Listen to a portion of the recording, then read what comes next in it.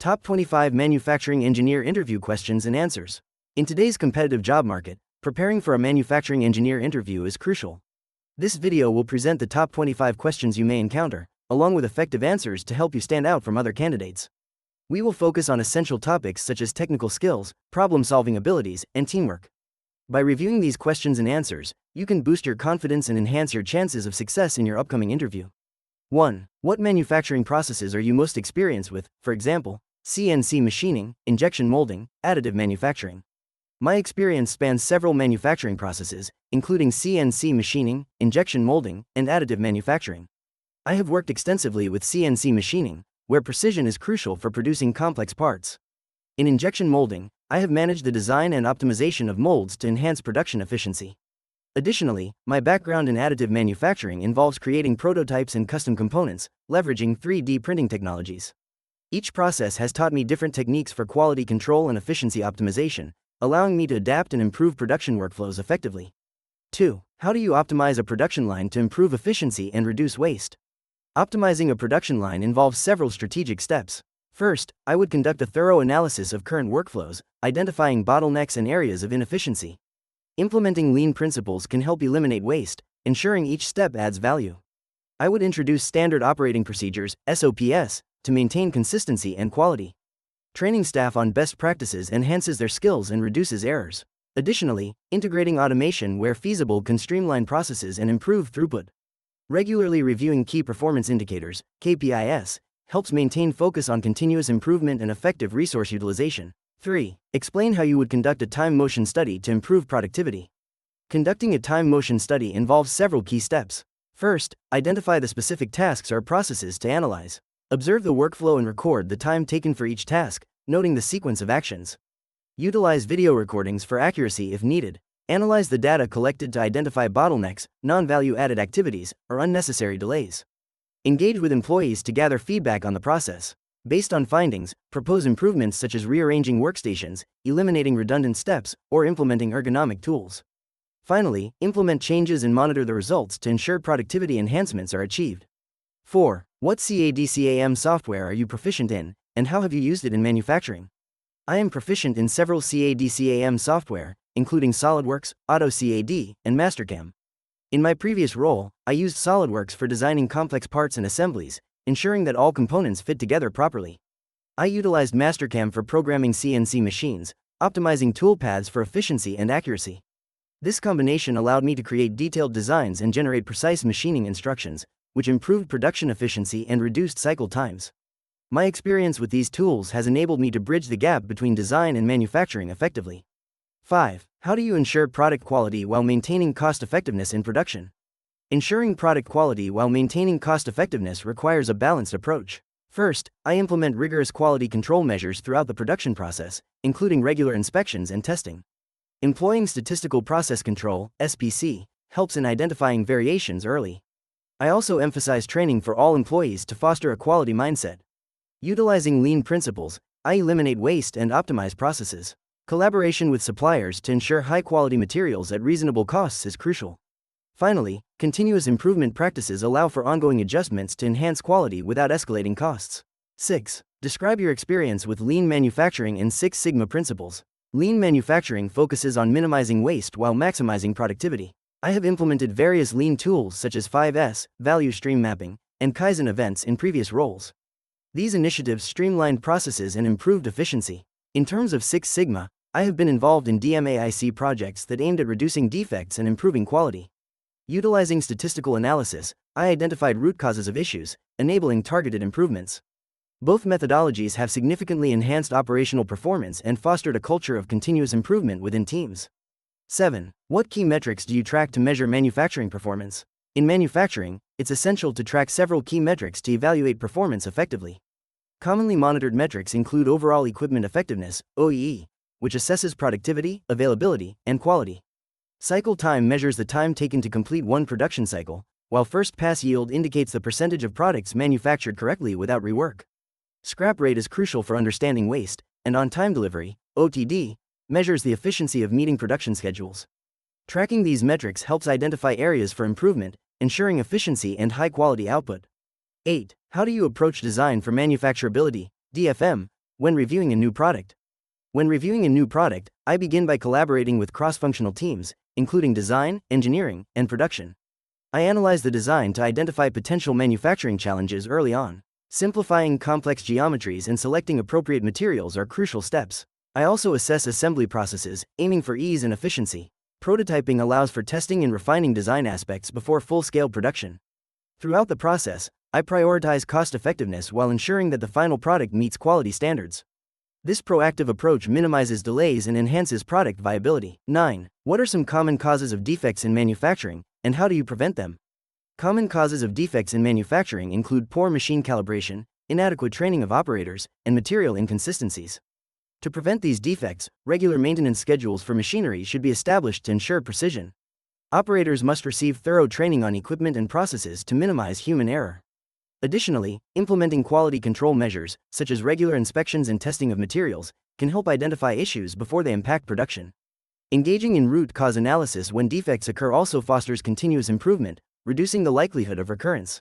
10. How familiar are you with automation and Industry 4.0 technologies, IoT, robotics, AI in manufacturing?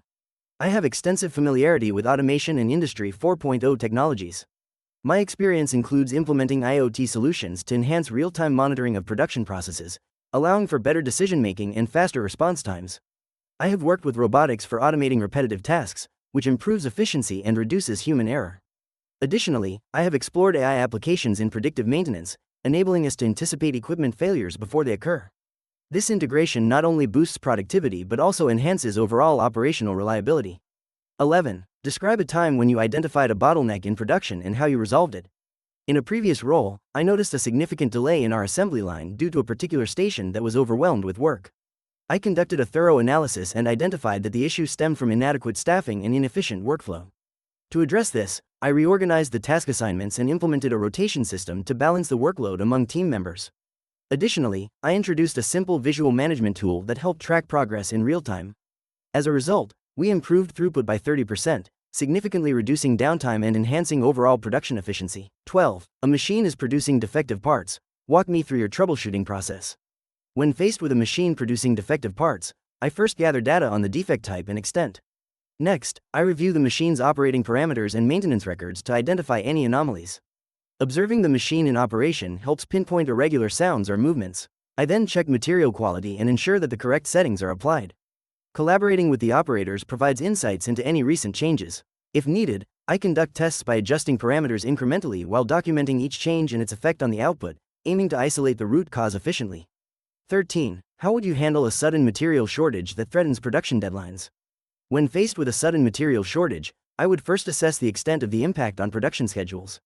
Next, I would communicate with suppliers to explore alternative materials or expedited shipments. Simultaneously, I would engage with the production team to identify any adjustments we can make, such as reallocating resources or modifying production plans to utilize available materials. Implementing contingency plans, such as stockpiling critical materials and diversifying suppliers, is essential for future risk mitigation. Regular communication with stakeholders ensures everyone remains informed and aligned on updated timelines. 14. What steps do you take to reduce scrap rates in a manufacturing process? Reducing scrap rates involves several strategic actions. First, I conduct a thorough analysis of the production process to identify sources of waste, focusing on machine performance and operator techniques. Implementing training programs for staff enhances their skills, ensuring they operate machinery correctly. Next, I utilize statistical process control, SPC, to monitor production closely, allowing for real-time adjustments. Collaborating with engineering teams to refine designs for better manufacturability can also minimize defects. Lastly, regularly reviewing supplier quality to ensure raw materials meet specifications is crucial in maintaining low scrap rates. 15. Have you ever implemented a cost-saving improvement? What was the impact? Implementing a cost-saving improvement involved streamlining the inventory management process. By introducing a just-in-time (JIT) system, we reduced excess inventory levels and minimized storage costs. This approach required close collaboration with suppliers to ensure timely deliveries.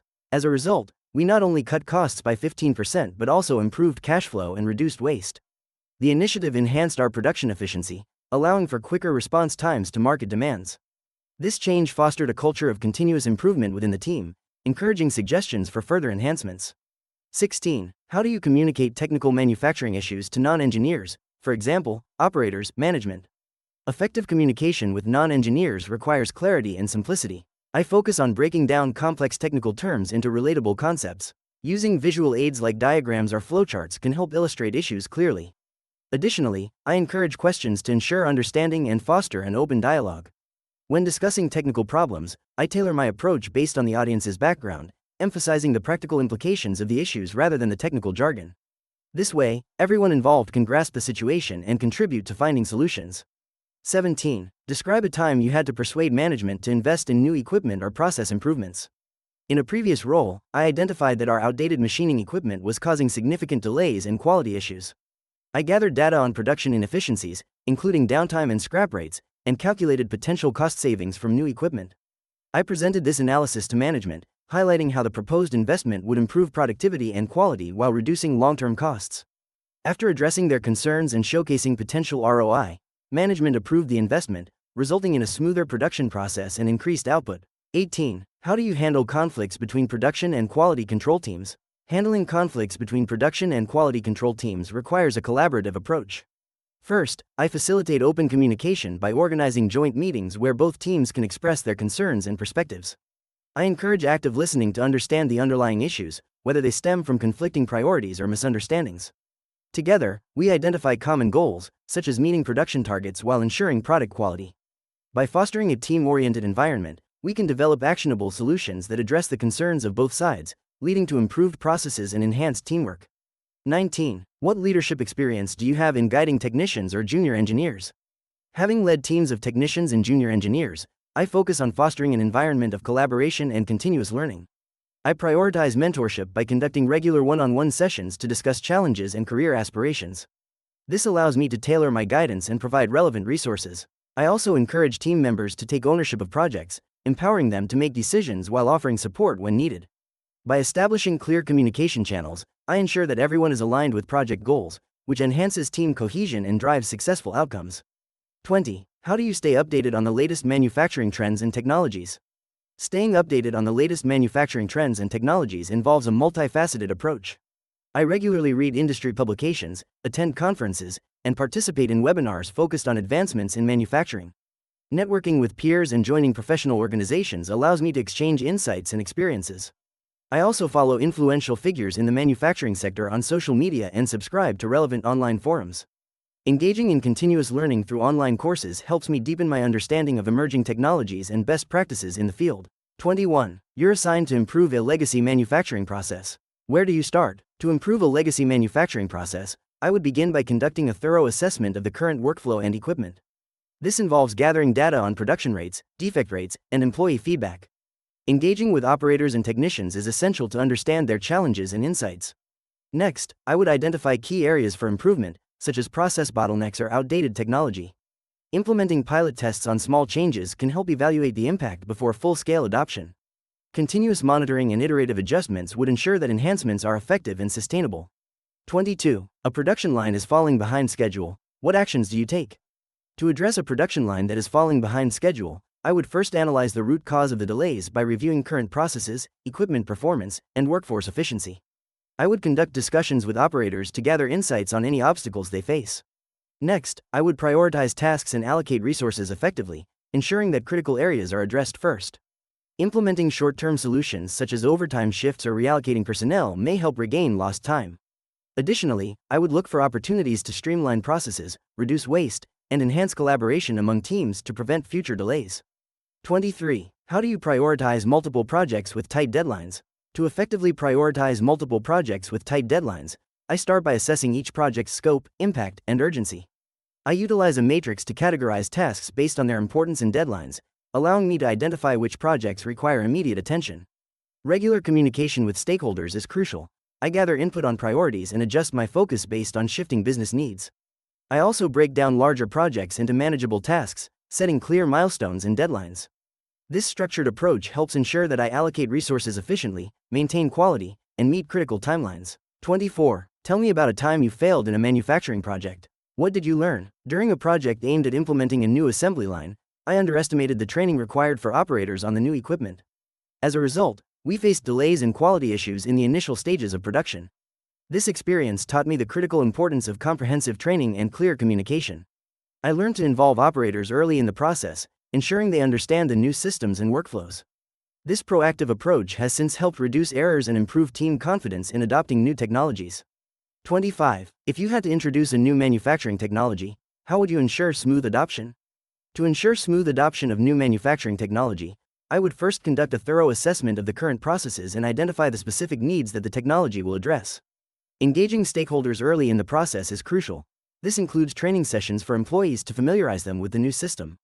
I would implement a phased approach, beginning with a pilot program to gather feedback and make necessary adjustments. Continuous support and open communication channels would be established to address concerns, ensuring that the transition is as seamless as possible.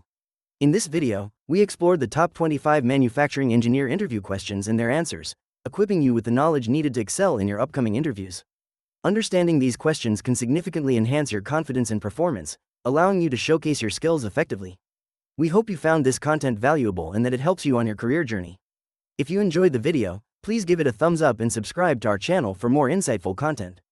Thank you for watching, and best of luck in your future interviews.